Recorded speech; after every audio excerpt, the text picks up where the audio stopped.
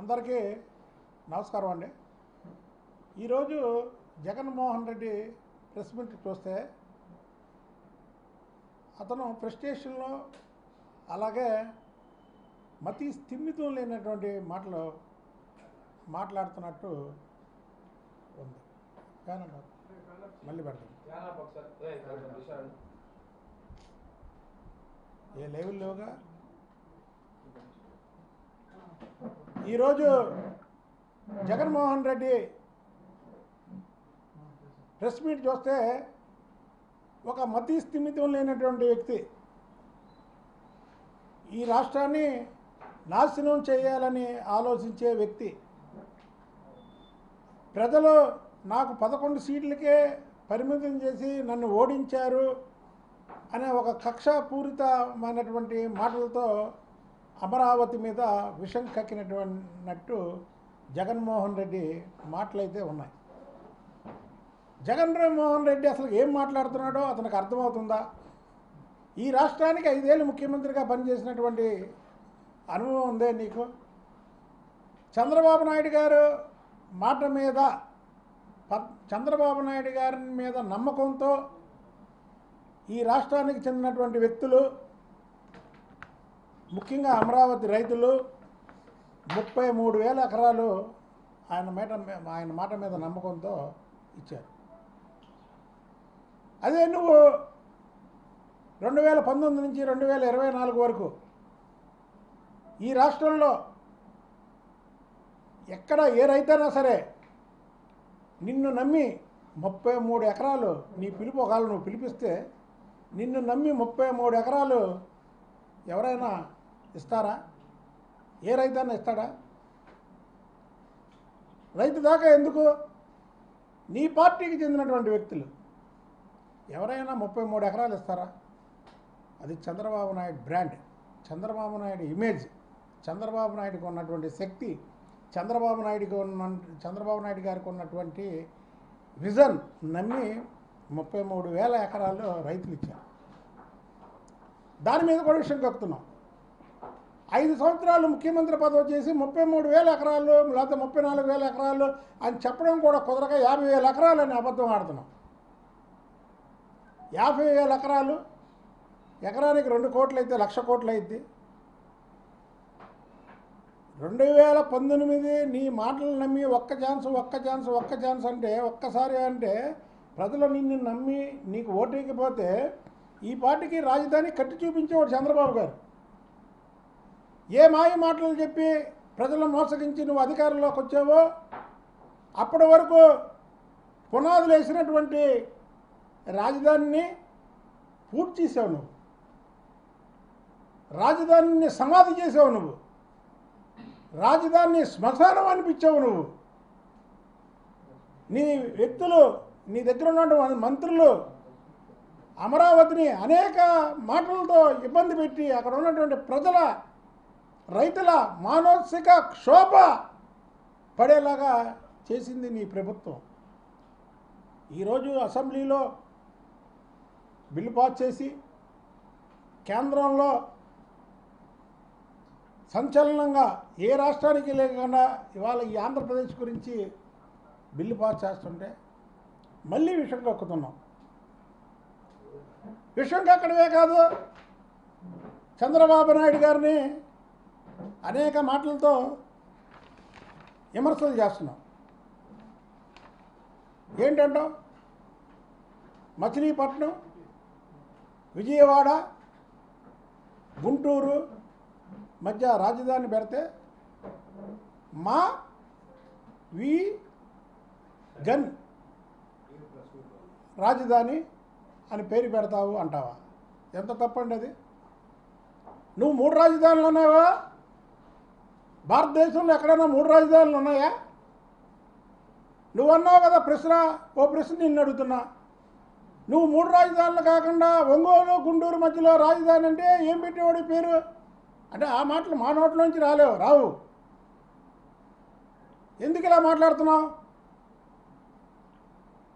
ప్రజల మీద కక్షపూరితమైనటువంటి వాతావరణంతో మాట్లాడుతున్నావా? రాజ్యాంగంలో అసలు రాజధాని అనేది లేదు. ఒక్క కేంద్ర ప్రభుత్వానికే రాజ్యాంగంలో ఉందంటాం. అసలు రాజ్యాంగంలో కాదు, మనం పరిపాలించడానికి రాజధాని లేనటువంటి రాష్ట్రాన్ని ఒక రాష్ట్రాన్ని చూపిస్తావా ఈ భారతదేశంలో? ఒక మాజీ ముఖ్యమంత్రికి అనాల్సిన మాటేనా? ఏ చంద్రబాబు నాయుడు గారైతే అసెంబ్లీ నిర్మించాడో అమరావతిలో, అసెంబ్లీలో నుంచే కదా నువ్వు మాట్లాడావు. నువ్వు ముఖ్యమంత్రిగా కూర్చునేది చంద్రబాబు నాయుడు గారు నిర్మించినటువంటి అసెంబ్లీలోనేగా. సరే, నువ్వు నెలకు ఒకసారి వెళ్ళని, 2 సార్లు వెళ్ళని, లేదా సంవత్సరానికి ఒకసారి వెళ్ళని, చంద్రబాబు నాయుడు గారు నిర్మించినటువంటి ముఖ్యమంత్రి కార్యాలయంలోనేగా నువ్వు కూర్చున్నది. చంద్రబాబు నాయుడు గారు నిర్మించినటువంటి మంత్రివర్గ సమావేశం హాల్లోనేగా నువ్వు మంత్రివర్గ సమావేశం ఏర్పాటు చేసింది. రాజ్యాంగంలో అసలుకి రాజధాని అనే విషయం లేదని అంటున్నావే, మరి 3 రాజధానులను ఎందుకు చెప్పావు నువ్వు? ఇదేనా నీవు నేర్చుకున్నటువంటి విద్య? ఇదేనా నువ్వు చదువుకున్నటువంటి చదువు? ఇదేనా నీకు నేర్పినటువంటి జ్ఞానం?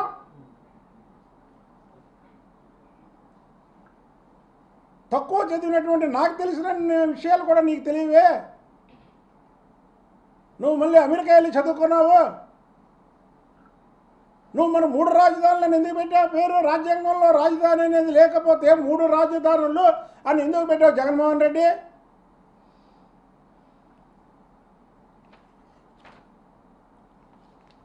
అలాగే 2018లో అమరావతి టవర్కి 900 కోట్లు టెండర్ పిలిస్తే ఇప్పుడు 1200 కోట్లకి టెండర్ పిలుస్తాడు అంట. ఏం మాట్లాడుతున్నావు జగన్మోహన్ రెడ్డి? 2019లో మళ్ళీ తెలుగుదేశం పార్టీ ప్రభుత్వం వచ్చుంటే 900 కోట్లతోనే అమరావతి టవర్ నిర్మించేవాళ్ళం. ఈ 5 ఏళ్ళు, ఆ మధ్యలో ఉన్నటువంటి 5 ఏళ్ళు నువ్వు పరిపాలించావు. ఆ రోజు నీ భారతీయ సిమెంట్ ఎంత? 250 నుంచి 280 మధ్యలో ఉంది. ఈరోజు నీ భారతీయ సిమెంట్ 380 రూపాయలు ఉంది. అంటే ఎంత పెరిగింది? ఆ రోజు స్టీల్ రేట్ ఎంత? 40 నుంచి 45,000 ఉంది. ఈరోజు 75,000 ఉంది. ఈరోజు స్టీల్ రేట్ ఎంత? పెరగదా? అసలు ఏం మాట్లాడుతున్నావు జగన్మోహన్ రెడ్డి? ఒక పక్క అమరావతికి నేను వ్యతిరేకం కాదని అమరావతి మీద విషం కక్కుతున్నావు.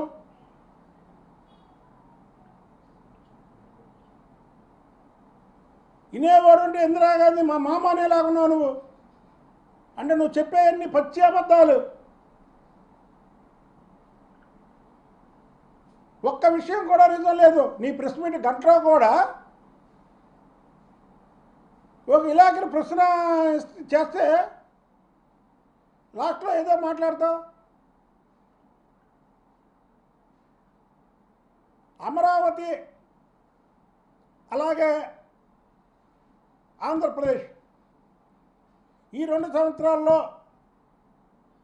ఏమి అభివృద్ధి జరిగిందో చర్చకు మేము సిద్ధం. నువ్వు సిద్ధమా? ఎందుకంటే నువ్వు జరగలేదు అంటున్నావు కాబట్టి నువ్వు రావాలి. నువ్వు నీ చెంచాలు పంపించకూడదు. మా పార్టీలో ఎవరో ఒకరు వస్తారు, నీ ఇష్టం వచ్చిన వాళ్ళు వస్తారు. చెప్పు, నువ్వు చర్చకి సిద్ధమా?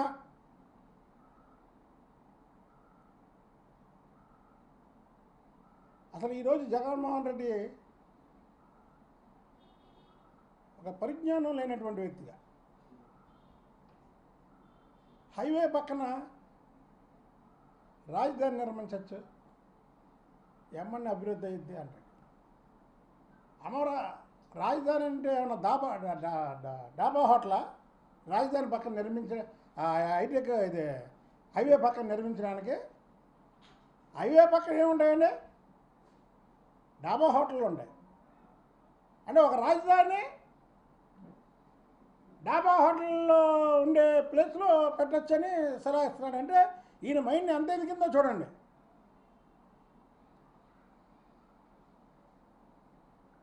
రాజధాని అనేది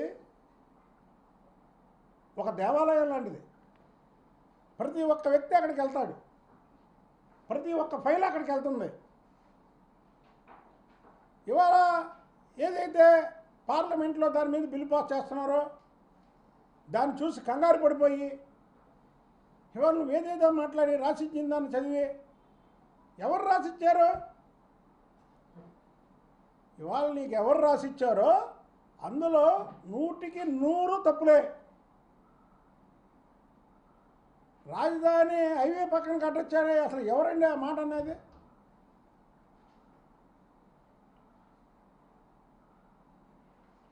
ఢిల్లీలో రాజధాని హైవే పక్కన ఉందా? హైదరాబాద్లో రాజధాని హైవే పక్కన ఉందా? లేదా ఏ రాష్ట్రంలో హైవే పక్కన ఉందో చెప్పండి మీరు.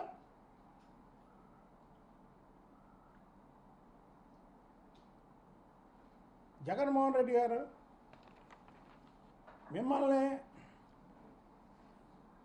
మీరు జిల్లాలకు వెళ్తుంటే మీ వాళ్ళు పోగు చేసినటువంటి వ్యక్తులు మీరు అధికారంలో ఉన్నప్పుడు మిమ్మల్ని అడ్డం పెట్టుకొని మీ ప్రభుత్వాన్ని అడ్డం పెట్టుకొని ఆ రోజు దోచుకున్నటువంటి డబ్బుని ఈరోజు మందు బాటిల్లో పలావ్ ప్యాకెట్లో లేదా మనిషికి ఇంతనే ఇచ్చి పోగు చేసి జనాలను చూసి మీ మతి స్థిమితం లేకుండా పోయింది. ఇవాళ మీరు మాట్లాడింది 100కి 100 పాళ్ళు అబద్ధాలు. సరే మీరు చెప్పండి, ఈ రాష్ట్రంలో మీరు ముఖ్యమంత్రిగా ఉన్నప్పుడు ఈ రాష్ట్రంలో ఒక్క రోడ్డైనా మీరు వేయించగలిగారా? ఏ పల్లెల్లోనూ రోడ్డు వేయించగలిగారా? ఏ రోజన్నా సరే పెన్షన్ కరెక్ట్ టైంకి ఇవ్వగలిగారా? 2000 3000 చేస్తానని చెప్పి 5 సంవత్సరాలు పట్టేదా మీకు? ఇవాళ అమరావతి అభివృద్ధి చేస్తే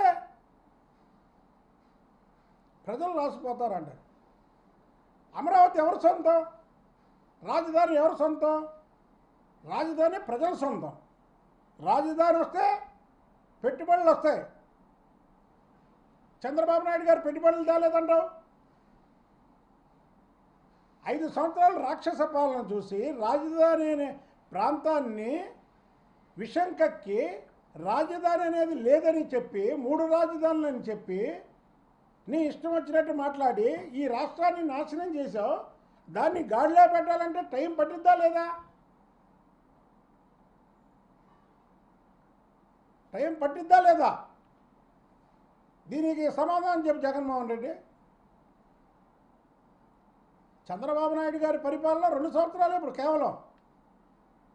ఈ 2 సంవత్సరాల్లో ఎన్నో సంస్కరణలు తీసుకొచ్చాడు,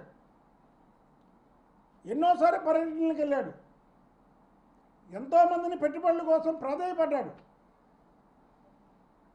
మీరు ఆయన వయసును కూడా లెక్క చేయకుండా అసెంబ్లీలో ఎన్నో మాటలు మాట్లాడేవాళ్ళు, ఆయన వయసు గురించి మాట్లాడేవాళ్ళు. ఈరోజు ఆ వయసులో ఆయన అలా తిరుగుతుంటే ఆయన్ని మెచ్చుకోవాల్సింది పోయి ఆయన మీద విమర్శలు చేస్తారండి.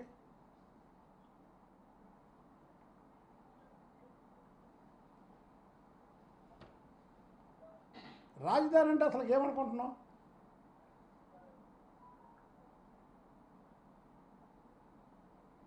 జగన్మోహన్ రెడ్డి నువ్వు చేసినటువంటి 5 ఏళ్ల పరిపాలన, నీలాంటి వ్యక్తి ముఖ్యమంత్రిగా మాకు అక్కర్లేదని నీకు 11 సీట్లకి కేవలం 11 సీట్లకే పరిమితం చేశారు ప్రజలు. ఈ రాష్ట్రంలో ఇంత ఘోరంగా ఎక్కడ ఏ పార్టీ కూడా ఓడిపోలా ఎప్పుడూ కూడా. 94లో కూడా కాంగ్రెస్ పార్టీకి 26 సీట్లు వచ్చినాయి. కొంతమంది ఇండిపెండెంట్లుగా గెలిచారు. కానీ జగన్ అక్కర్లేదు ఈ రాష్ట్రానికి, చంద్రబాబు నాయుడు గారు కూటమి పరిపాలన కావాలి అని ఓట్లు వేసినటువంటి ఎన్నికలు 2024 ఎన్నికలు. చరిత్రలో నిలిచిపోయే ఎన్నికలు అవి.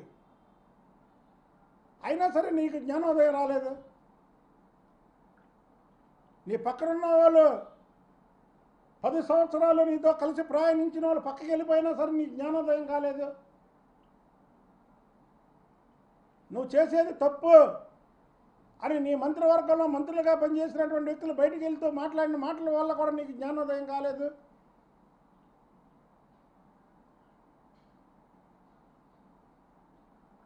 యువకులకు ఏ సందేశం ఇస్తున్నావు జగన్మోహన్ రెడ్డి? నువ్వు ఇవాళ అమరావతి గురించి అంత చులకనగా మాట్లాడుతున్నావు, రాజధాని గురించి అంత చులకనగా మాట్లాడుతున్నావు. ఓ వ్యక్తి గురించి మాట్లాడిన మాటలు కాదు, నువ్వు ఒక వ్యవస్థ గురించి మాట్లాడేవి. ఇవాళ ఒక వ్యక్తి వేరు, ఒక వ్యవస్థ వేరు. రాజధాని అంటే ఒక వ్యవస్థ. ఎవరు ముఖ్యమంత్రి అయినా రాజధానిలో ఉండి పరిపాలిస్తాడు. ఎవరికి ఏ పని ఉన్నా రాజధాని వెళ్తారు. అలాంటి వ్యవస్థలనే కించపరుస్తున్నా రాజ్యాంగంలో రాజధాని లేదని. ఏ రాష్ట్రానికి రాజధాని లేదు? ఒక్కసారి నువ్వు రా చర్చకి, ఛాలెంజ్ చేస్తున్నా నేను. ఫలానా రాష్ట్రంలో రాజధాని లేదు, నేను చెప్పినట్టు ముఖ్యమంత్రి ఎక్కడ ఉంటే అక్కడే రాజధాని ఆ రోజు. అంటే ముఖ్యమంత్రి ఏ ఊళ్ళో ఉంటే ఆ ఊరే రాజధాని. అంటే రోజుకొక ఊరు తిరిగితే రోజుకొక రాజధాని. ప్రజలు రోజుకొక ఊరు వెళ్తుంటారు.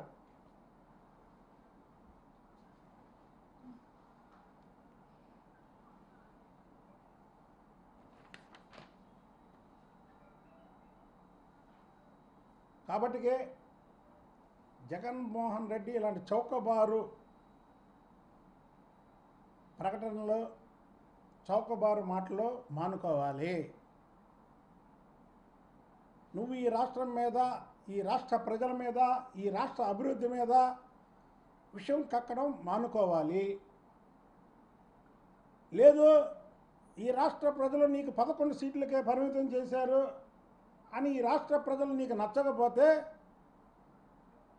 ఈ రాష్ట్రాన్ని వదిలి వెళ్ళిపోవాలి తప్ప, వెళ్ళిపోమని మేమే ఆర్డర్ పాస్ చేయట్లా. నీకు ఇష్టం లేనప్పుడు, ఈ రాష్ట్ర ప్రజల మీద నీకు కోపం ఉన్నప్పుడు తప్ప ఈ రాజధాని విషయంలో ఇలా మాట్లాడడం అనేది మంచో చెడో. ఈ రాష్ట్రానికి నువ్వు 5 ఏళ్ళు ముఖ్యమంత్రిగా పనిచేసావు. నువ్వు పనిచేయలేదు అంటలా, నిన్నేం వ్యక్తిగతంగా మాట్లాడట్లా మేము. ఒక ముఖ్యమంత్రిగా పనిచేసినటువంటి వ్యక్తివి, ఒక ప్రతిపక్ష నాయకుడిగా 2014 నుంచి 2019 వరకు పనిచేసినటువంటి వ్యక్తివి, ప్రతిపక్ష నాయకుడిగా ముఖ్యమంత్రిగా పనిచేసి ఈరోజు నీకు ప్రజలు ప్రతిపక్ష హోదా కూడా ఇవ్వలేదు అని ఒక కక్షతో నువ్వు ఈ మాటలు మాట్లాడుతున్నట్టు ప్రజలు ఊరికే అర్థమైపోయింది. ఎంత చులకనగా మాట్లాడావు. మచిలీపట్నం, విజయవాడ, గుంటూరు మధ్యలో పెట్టి మావి గన్ అంటే ఎంత చులకనండి దానికి. రాజధానిని అంటే మనం ఒక కన్నతల్లిని విమర్శించినట్టే. ఇది ఒక ఆవేదనతో చెబుతున్న మాటలు. ఒక రాజకీయంగా ఒక తెలుగుదేశం పార్టీ నాయకుడిగా కాకుండా ఇవాళ నీ ప్రెస్ మీట్ చూస్తే అరే ఏంట్రా అసలుకి మైండ్ నుండి మాట్లాడుతున్నాడా, మైండ్ లేకుండా మాట్లాడుతున్నాడా, ఫ్రస్ట్రేషన్లో మాట్లాడుతున్నాడా, ఎందుకు ఇలా మాట్లాడుతున్నాడు ఇతను? నేను చెప్తాను విలేకరుల ముందు, మీడియా ముందు చెప్తాను, నేను పెద్దగా చదువుకోలేదని. నాకున్న పరిజ్ఞానం కూడా నీకు లేకపోతే ఎలాగా? అమెరికా వెళ్ళి చదివించారు కదా మీ నాన్నగారు. ఇంత చులకనగా ఎవరైనా మాట్లాడతారా? ఒక వ్యక్తిని చులకనగా మాట్లాడడం వేరు, ఒక వ్యవస్థను చులకనగా మాట్లాడడం వేరు. ఇవాళ ఒక వ్యవస్థని చులకనగా మాట్లాడినటువంటి జగన్మోహన్ రెడ్డి నువ్వు రాజకీయాలకు కూడా పనికిరావని చెబుతున్నా. ఎందుకంటే రాజకీయం అనేది ప్రజా శ్రేయస్సు కోసం కూర్చుండే వ్యక్తులు. వాళ్ళ మేనిఫెస్టో కానీ, వాళ్ళ పరిపాలన దక్షత కానీ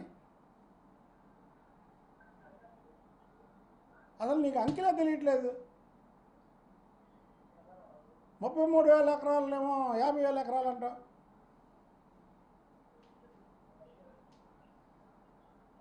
నీలాగే ఆలోచిస్తే చంద్రబాబు నాయుడు గారు హైటెక్ సిటీ కట్టేవాడా? హైటెక్ సిటీ కట్టే వరకు కూడా ఫిలిం నగర్ దాటి ఒక్క కాంప్లెక్స్ కానీ, ఒక్క ఇల్లు కానీ, ఒక్క హోటల్ కానీ, కనీసం టీ తాగడానికి అంగడి కానీ ఉండేదా? నీలాగే ఆలోచిస్తే ఇవాళ హైదరాబాద్ ఎంత పెరిగింది? చంద్రబాబు నాయుడు గారు వేసిన బాటలోనే మీ నాన్నగారు వైఎస్ రాజశేఖర రెడ్డి గారు కానివ్వండి, రోసయ్య గారు కానివ్వండి, కిరణ్ కుమార్ రెడ్డి గారు కానివ్వండి, ఆ తర్వాత వచ్చినటువంటి కేసీఆర్ గారు కానివ్వండి, ఇప్పుడున్నటువంటి ముఖ్యమంత్రి రేవంత్ రెడ్డి గారు కానివ్వండి, అదంతా డెవలప్ చేసుకుంటూ ఇవాళ పెద్ద వ్యవస్థనే ఇదైంది. మొన్న ఒక ఇంటర్వ్యూ చూసా, అసలు అమెరికాలో కంటే హైదరాబాద్ బాగా అభివృద్ధి. దానికి బీజం వేసింది ఎవరు? దానికి బీజం నాటింది ఎవరు? అక్కడ చెట్టు నాటింది ఎవరు? చంద్రబాబు గారు. చెట్టు నాటితేనే కదా అది వృక్షం అయ్యేది. అలాగే ఇవాళ అమరావతి రాజధాని అనేది ఒక చెట్టు, దాన్ని చంద్రబాబు గారు వేస్తున్నారు. తరతరాలు, వందల వేల సంవత్సరాలు అదొక ఆదర్శంగా ఉంటుంది ఈ రాష్ట్రానికి.